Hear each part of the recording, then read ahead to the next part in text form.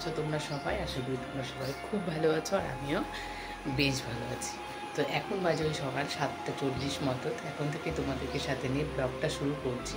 আশা রাখছি আজকের ব্লগটাও তোমাদের খুব ভালো লাগবে। আর আমি সকাল সকাল উঠে আজকে স্নানটা করে নিয়েছি। প্রতিদিনই প্রায় এখন স্নান করিনি, তো আজকেও স্নান করে নিয়েছি। এখন ওই জামা কাপড় যেগুলো কেচে এসেছি এক বালতি, তো সেগুলো এখন মেলে দেবো ভালো করে। তারপরে রান্নাবান্নাটা শুরু করব। আজকে ভেবেছি ঝটপট করে রান্নাবান্নাটা সেরে ফেলবো, কারণ শরীরটা আজকে ভীষণ খারাপ, ভালো লাগছে না। তো চলো বেশি বকবক না করে কাজগুলো শুরু করি।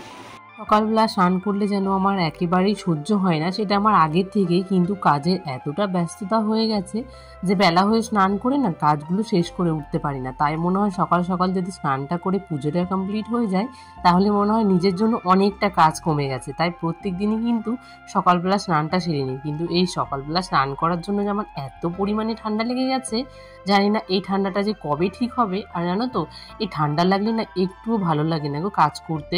মনে হয় শরীরে কোনো এনার্জি নেই, ভালো লাগছে না, মনে হয় সবসময় শুয়ে শুয়ে থাকি। আর একটা তো থাকেই গলা ভার ভার সবসময়। তো গলার ভয়েস দেখে হয়তো তোমরা সবাই বুঝতেই পারছো যে আমার কতটা পরিমাণে ঠান্ডা লেগে গেছে। আর আমার সাথে সাথে কিন্তু মাম্মামেরও ঠান্ডা লেগে গেছে। আমি ঠিক যখন দেখেছি যে আমার যখন ঠান্ডা লাগে না, মাম্মাম যদি সুস্থও থাকে তাহলেও কিন্তু মাম্মাম অসুস্থ হয়ে যায়, কারণ মাম্মামেরও তখন প্রচুর ঠান্ডা লেগে যায়। সেই জন্য দেখো ওকে এখন ন্যাড়া করিয়ে দিয়েছি। আমি ন্যাড়াটা করিয়েছি এর আগের দিনে। আর কি বলো তো, এখন না প্রচুর গরম পড়ে গেছে। সেই গরমের মধ্যে মামামের চুলগুলো অনেকটা বড় হয়ে গেছিলো, তাই আমি নিজেই ন্যাড়া করিয়ে দিয়েছি। আর ও কিন্তু ছোট থেকে এখন পর্যন্ত সেলুনে যেতে ওর ভয় পায়। ফ্রিজের জন্য কভার নিয়েছিলাম, অনেক দিন থেকেই ভাবছিলাম যে কভারগুলো নেব, কিন্তু নেওয়াই হচ্ছিল না। তো এটা হচ্ছে ওপরের যে কভারটা হয় সেটা, একেবারে যে ফুল কভারটা হয় সেটা আমি নিইনি, উপরের কভারটা নিয়েছি। আর ভেতরে যে ওই যে স্ল্যাবগুলোর জন্য যে থাকে 3টে কাগজ, তো সেগুলো এসছে। কিন্তু ফোনে আমি যেমন দেখেছিলাম সেম তেমনই এসেছে। আর বাইরে যে হ্যাঙ্গারটা ধরে আমরা টানি, তো সেইটা কিন্তু তার জন্য একটা কভার দিয়েছে। তো সব থেকে এটা আমার বেশি ভালো লেগেছে। আমার ফ্রিজটা না একটু রান্নাঘরে থাকে বলে না প্রচুর গরম হয়েছে। সবার থাকে রান্নাঘরে, কিন্তু আমার মনে হয় রান্নাঘরে যদি রাখা হয় না তাহলে মনে হয় একটা ফুল কভার নিয়ে নেওয়াই ভালো। আমিও জানো তো ভাবছিলাম যে একটা কভার নিয়ে নেব, কিন্তু আবার ভাবছি যে ফুল কভার যদি নিয়ে নিই তো যখন আবার জিনিস বের করবো তখন আমাকে চেন খুলে আবার জিনিস নিতে হবে, একটা তাড়াহুড়ো থাকে রান্নার সময়।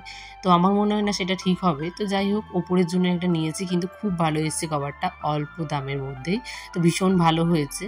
সকালে দেখো আজকে অনেকটা সকাল সকাল উঠেছি, তো তাই একটু সকাল সকাল কাজগুলো করে নিচ্ছি। যেহেতু স্নান করে একেবারে এসেছি, তো ভাবলাম যে এখনো মাম্মাম যখন স্কুলে গেছে, তাই ভাবলাম যে কাটাকুটি যখন কমপ্লিট হয়ে গেছে তাহলে একটু ঘরটা গুছিয়ে আসি। আর এখন এতটা পরিমাণে গরম পড়ে জানো তো, আমার না ভালোই লাগে না এই ঘরের মধ্যে আসতে। আর যেহেতু আমাদের একতলা বাড়ি, তো সেই জন্য আরও বেশি আমার ঘরটা এত পরিমাণে গরম হয়ে যায় যে ঘরের ভেতর আসতে ইচ্ছে করে না।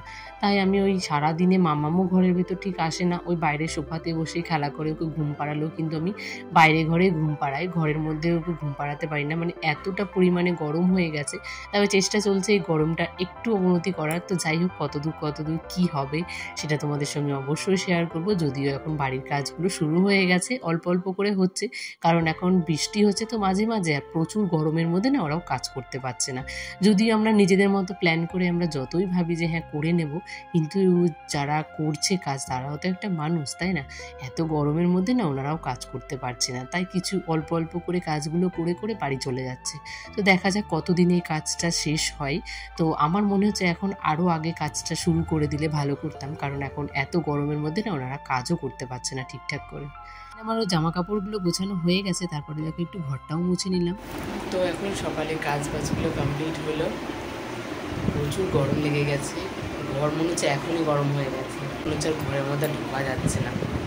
তো যাই হোক, কষ্ট করে গরমটা কাটাতে হবে। যাই হোক, কিছু করার নেই। রাতে বাইরে ঘুমিয়েছিলাম।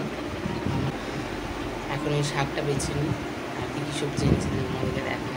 ও দেখো সকাল সকাল আমাকে কিছু বাজার করে এনে দিয়েছে। এখানে যেমন বাঙাল ডাঁটা নিয়ে এসছে, সজনে ডাঁটা এনেছে, আর এখানে কিছু লাফা নিয়ে এসছে। লাফাগুলো এত বয়স হয়ে গেছে ওদের, মানে পুরো সব পেকে গেছে জানো। এই পাকা লাফাগুলো না একটু ভালো লাগে না খেতে। তার সাথে কিন্তু আজকে একটা বেল নিয়ে এসেছিলো, তো বেলটার শরবতটা আমি করে রাখবো। যেহেতু ও এখন চলে গেছে কাজে, তো আমি ভাবলাম এখন করে রাখি, তাহলে কি বলে তো একটু ঠান্ডা জল দিয়ে করব, যেহেতু বাবা এসে খাবে। তো ঠান্ডা জল দিয়ে এখন করে রাখবো, আর ও রাতে এসে একেবারে খাবে। আর দিনের বেলা আসলে না আমি ভুলে যাই দিতে। তো রাতের বেলায় অনেকটা সময় থাকে ওর হাতে, আর একটু বসে রিল্যাক্সে খেতেও পারে, তাই একটু রাতেই দেবো। আর দিনের বেলা না অনেকটা তাড়াহুড়ো নিয়ে কাজগুলো করে, তো ওর সব দিক সামলে কাজ করে উঠতে উঠতে মানে ও নিজেই হাঁপিয়ে যায় এক এক সময়। আমি এখানে স্নান করে এসে গেছি, তার আগে তোমাদের সঙ্গে কোনো ভিডিও শেয়ার করতে পারিনি। তো এসেই দেখি যে ট্যাঙ্কির জল শেষ হয়ে গেছে। যদিও আমি একবার সকালবেলা স্নান করেছি, তারপরেও না কাজের পরে না মনে হয় যতক্ষণ না ওই জামাটা চেঞ্জ না করি ততক্ষণ মনে হচ্ছে মনে শান্তি পায় না। তাই আবার একটা জামাটা চেঞ্জ করে নিলাম। তারপর এখানে জলগুলো সব ভরে নিচ্ছি, কারণ হাঁড়িতে বালতিতে আমি সব কিছুতে জল নিয়ে রাখি। যেহেতু আমি কী বলো তো, ট্যাঙ্কির জল না ওই রান্নাবান্নার কাজে না আমি ব্যবহার করি না, কারণ ট্যাঙ্কিটা অনেক দিন পর পর পরিষ্কার করা হয়। তাই কিন্তু আমি ট্যাঙ্কির জলটা খুব একটা ব্যবহার করি না, শুধুমাত্র ওই কাচাকুচি ওই আজে বাজে যা কাজগুলো হয় সেগুলোই করি। আর যত খাওয়ার জল বলো রান্নার জল বলো সব কিছু কিন্তু আমি হাঁড়িতে বালতিতে নিয়ে রাখি। প্রতিদিনই তো যেহেতু কল চালাতে হয়, তাই প্রতিদিনেরটা প্রতিদিনই নিয়ে নিই। এখন যেহেতু গরম, প্রচুর গরম পড়ে গেছে, তাই তো ফ্রিজে জল একটু স্টক করে রাখতেই হবে। তার সাথে নিজেদের খাওয়ার জলটা তো অনেক পরিমাণে এখন বেশি লাগে। সব বোতলগুলোতে এখন জল ভরে নিচ্ছি, আর এই বোতলগুলোতে জল ভরতে যেন অনেকটা সময় লেগে যায়। এবার ভেবেছি যে বোতলগুলো বাদ দিয়ে দেবো, বড় একটা ড্রাম কিনবো, মানে ওই যে জলের যে ড্রামগুলো হয় না সেই ড্রামগুলো কিনবো, তারপর একটা কল কিনে নেব। তাহলে কি বলো তো, ড্রামটা থেকে যাবে। প্রতিদিন যে এভাবে জলের বোতলগুলো ভরতে না অনেক সময় লেগে যায়, তারপরে যখন বোতলগুলো পরিষ্কার করতে হয় তখন কিন্তু ভীষণ কষ্ট হয়ে যায়। তাই এবার ভেবেছি যে এই বোতলগুলো এবার ছেড়ে দেবো, এই ফ্রিজের জন্য কয়েকটা রাখবো, আর বাকিটা আর বোতল ব্যবহার করব না, কারণ পরিষ্কার করতে না সত্যি অনেকটা সময় লেগে যায় আর অনেক কষ্টও হয়।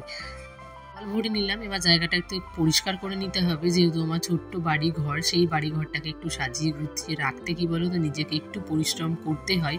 তবুও ওই ছোট্ট ঘর বাড়িটাকে আমি সুন্দর করে সবসময় গুছিয়ে রাখার চেষ্টা করি।